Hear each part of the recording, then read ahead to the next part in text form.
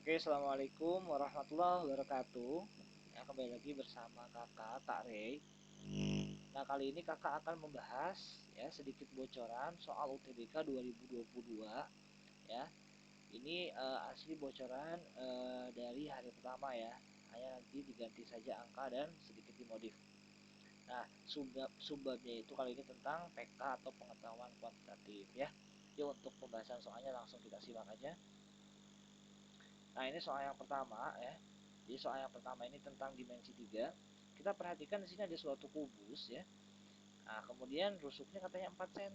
Oh, berarti ini semuanya 4 cm ya. Nah, katanya P ini adalah jarak H ke garis AC. Coba kita lihat garis AC itu kan ini ya. Kita tarik garis AC. Nah, dari H ke AC ya. Ini berarti kan kita ambil jarak terdekat artinya ke tengah-tengah. Nah, ini kita bisa cari menggunakan salah satu rumus cepat ya. Jadi di suatu kubus ya, dimensi 3, ingat ya ada rumus cepat dari pojok sampai ke tengah-tengah ya. Jadi rumusnya itu adalah apa? Rumusnya itu adalah setengah ya dikalikan dengan rusuk dikalikan dengan akar 6 ya. Ya, kita masukin aja rusuknya itu 4 cm dikalikan dengan akar 6. Jadinya adalah 2 akar 6 gitu ya. Oh, atau 2 akar 6 ini kan kita mau bandingkan dengan akar 25. Simple aja. 2 itu adalah akar 4 ya dikalikan dengan akar 6 jadilah akar 24 gitu. Oh, berarti P-nya itu akar 24. Nah, akar 24 sama akar 25 jelas dong ya. P-nya lebih kecil daripada Q. Oke, jadi jawabannya yang C ya. Nah, atau teman-teman kalau misalkan nggak hafal rumus ini ya, nanti bisa digunakan salah satu rumus Pitagoras. Nanti kamu tarik aja ke sini ya. Nah, kamu tarik aja ke sini, nanti menjadi segitiga siku-siku ya. Tinggal dicari menggunakan Pitagoras ya. Oke, next. Nah, soal selanjutnya itu tentang baris dan deret ya. Nah, untuk baris dan deret ini di sini diketahui deret aritmatika. Nih, kalau deret aritmatika itu deretnya kan selisih ya. Nah, coba kita perhatikan ya. Ini sebetulnya kita mau cari nilai A, B, dan C-nya ya. Simple aja sebetulnya. 2 ke 8 itu kan dia selisih 6 ya. Nah, artinya nilai tengah ini, nilai tengah dalam suatu deret aritmatika, U tengah ya, itu nanti rumusnya adalah suku sebelumnya ya, ditambah dengan suku setelahnya ya, dibagi dengan 2 gitu. Oh, berarti A ini ya, misalkan kita mau ambil A nih, berarti A itu adalah penjumlahan dari suku sebelumnya 2 ditambah dengan 8 ya dibagi dengan 2. So simple, 2 tambah 8 itu 10, 10 bagi 2 5. Oh, berarti A-nya 5. Nah, dari sini kita bisa melihat jelas bahwasanya deret ini memiliki selisih 3 ya. Kamu perhatikan 2 ke 5 3, kemudian 5 ke 8 3. Artinya B-nya berapa? B-nya pasti 11 ya. Tinggal kamu tambah 3 dan C-nya adalah 17 gitu. Kan simple. Nah, tinggal kita masukin ke pertanyaannya. Sekarang pertanyaannya adalah 2A ditambah dengan B minus C. A-nya itu 5, artinya 2 dikali 5, ditambah B-nya itu adalah 11, C-nya itu adalah 17. Artinya 10 ditambah dengan 11 minus 17. 21 dikurangi 17 dapatlah 4 ya. Jadi jawabannya yang C. Simple. Next. Langsung ke soal nomor 3. Di sini tentang statistika ya. Nah, jadi statistika juga muncul di UTBK 2022 PK. Rata-rata nilai 6 orang siswa adalah 85. Jika nilai ADI digabungkan, maka nilai rata-ratanya menjadi 84. Nilai ADI dimisalkan X katanya. Nah, maka P itu 2X, itu 155. Kita mau bandingkan. Oke. Berarti karena ada orang yang masuk di sini si Adi, kita akan menggunakan rumus daripada rata-rata gabungan ya. Masih ingat ya teman-teman? Rumus rata-rata gabungan itu ya atau X gabungan adalah nilai rata-rata yang awal ya, rata-rata yang awal dikalikan dengan jumlah orang yang awal ditambah dengan nilai yang baru ya dikalikan dengan jumlah orang yang baru dibagi dengan jumlah orang yang awal ditambah dengan jumlah orang yang baru. Nah, rata-rata gabungannya itu adalah setelah digabungkan yaitu 84 ya. Nah, rata-rata yang awal 85 dikalikan berapa siswa ya? 6 siswa ya. Nah, masuk rata-rata yang baru nilai siapa yang masuk? Nilai si Adi.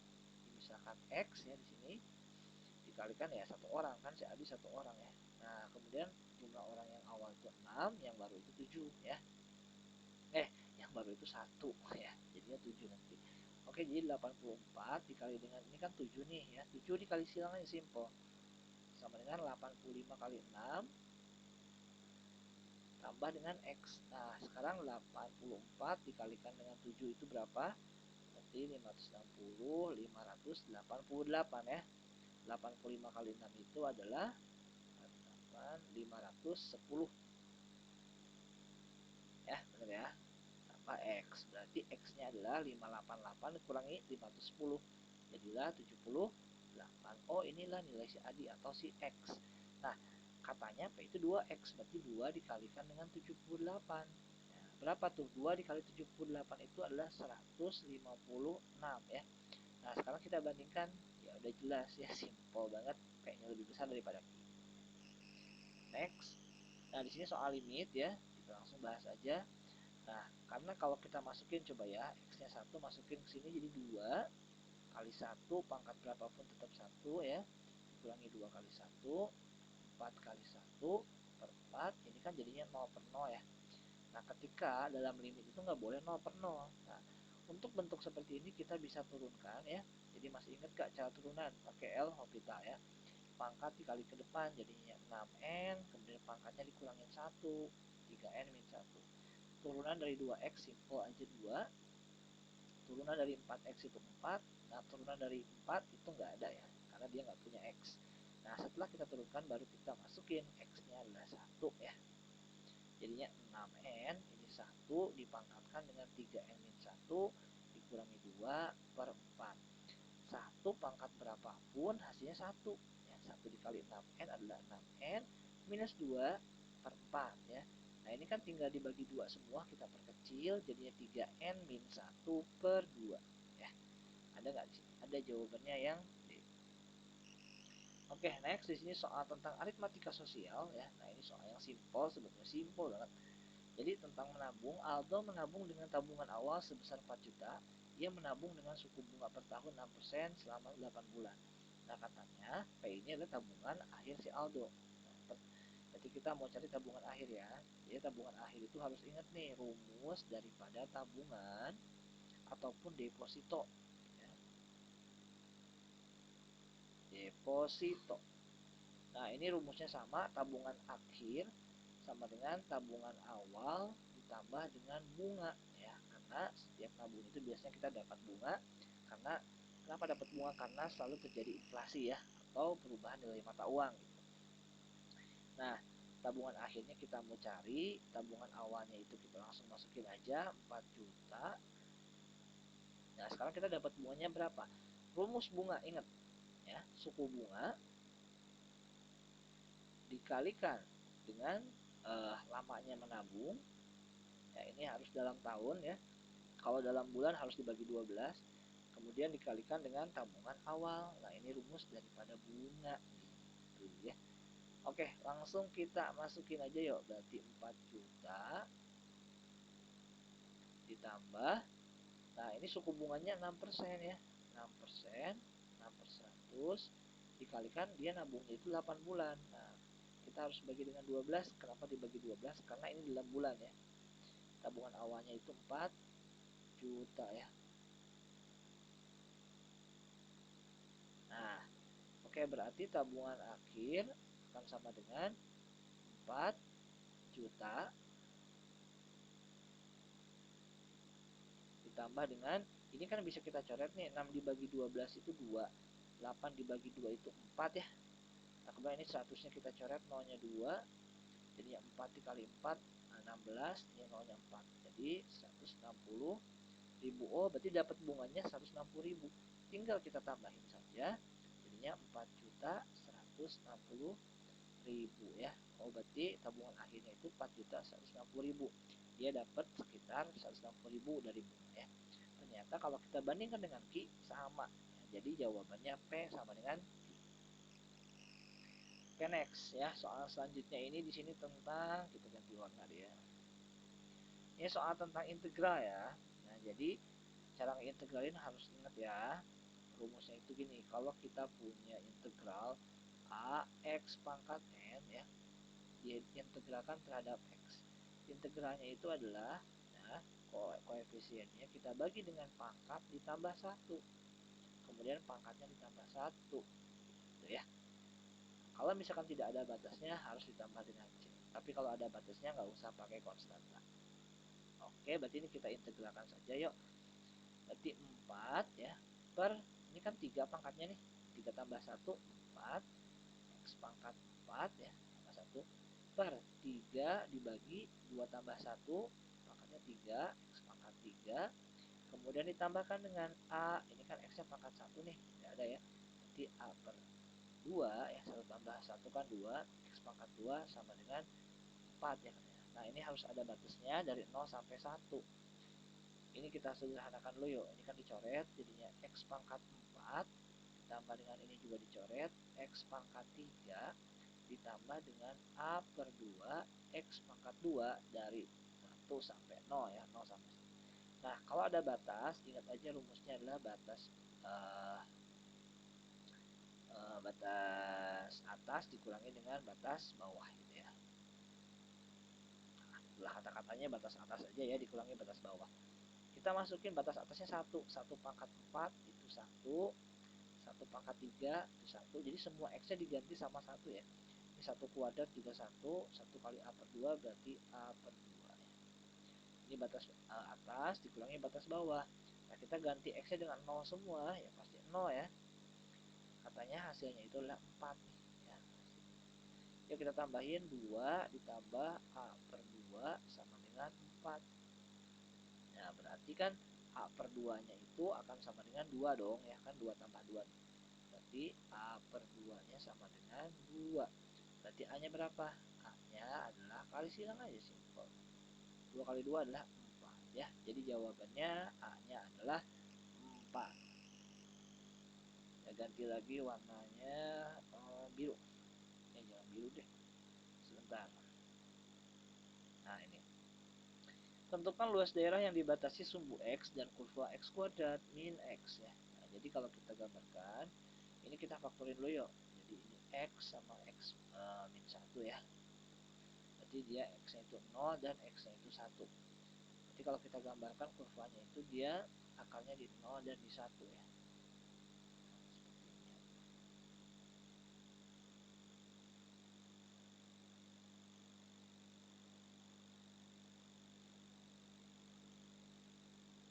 Oke, sip. Nah, kurang lebih kayak gini kurvanya. Kita mau nyari luas daerah yang dibatasi oleh kurva ini ya, kurva ini Y, dan juga sumbu X. Sumbu X itu ini, berarti daerahnya di sini ya. Nah, ini tinggal kita gunakan integral saja ya, aplikasi integral dari 0 sampai 1. Karena ini kurva yang di bawah, kita balik nanti ya. Ini jadi kan X kuadrat min X nih ya. Jadi kita tuliskan saja dulu X kuadrat minus X dx gitu ya. Oke, ya langsung diintegralin aja. Sepertiga ya untuk mencari luas daerah ini. X pangkat 3 min ini 1 per 2 X pangkat 2 ya. Jadi pangkatnya selalu tambah 1, batasnya 0 sampai 1 gitu. Yuk kita masukin batas bawah, batas atas dikurangi batas bawah. Jadi sepertiga dikurangi 1/2 ya. Ini kita masukin 1, dikurangi ketika kita masukin 0 ya 0.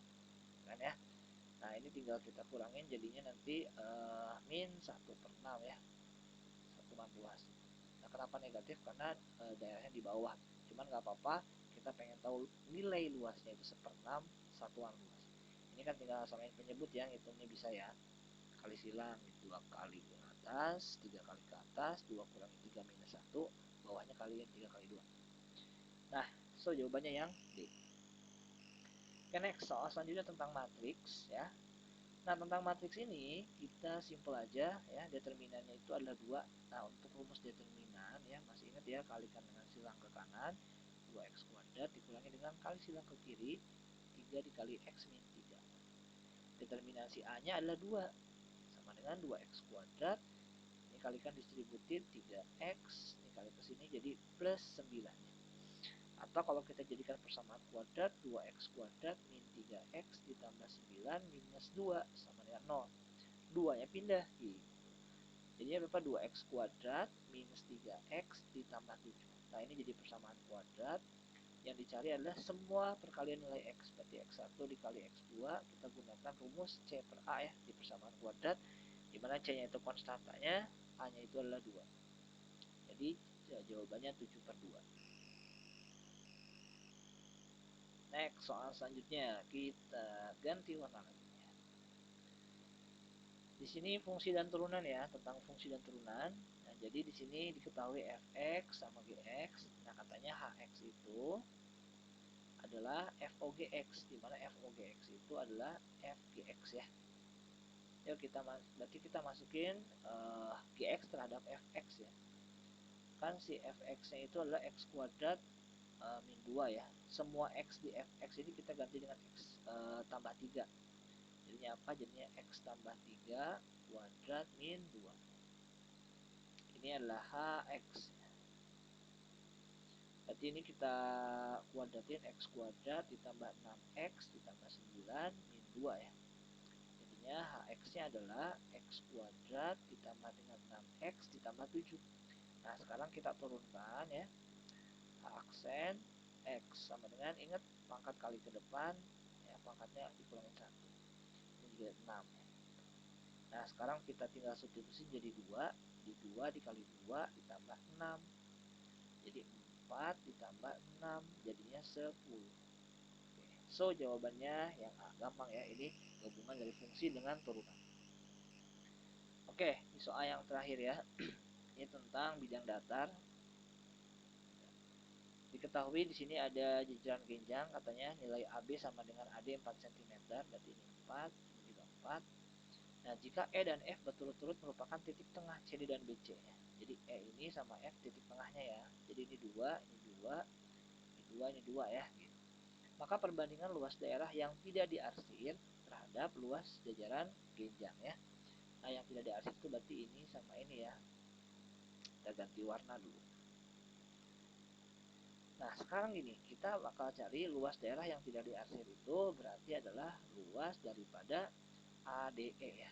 ADE dulu. Nah, ADE ini kan merupakan suatu segitiga nih. Nah, cuman tingginya kan kita nggak tahu nih. Ini kita anggap tinggi ya, ini kita anggap tinggi. Nah, berarti rumusnya apa? Setengah ya. Alasnya itu 2 nih ya. 2 dikalikan dengan tingginya apa nih? Tingginya itu berarti ini kita misalkan saja T ya gitu ya. Tinggi daripada segitiganya ya. Misalkan T gitu kan ya. Setengah alas kali tinggi. Berarti ini kalau kita bagi jadinya T ya. Nah, sekarang kita cari luas yang ini. ABF ya.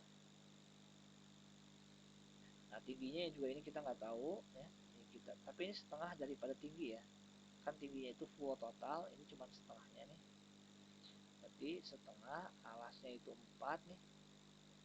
Dikali tingginya itu ini setengah ya. Setengah dari T.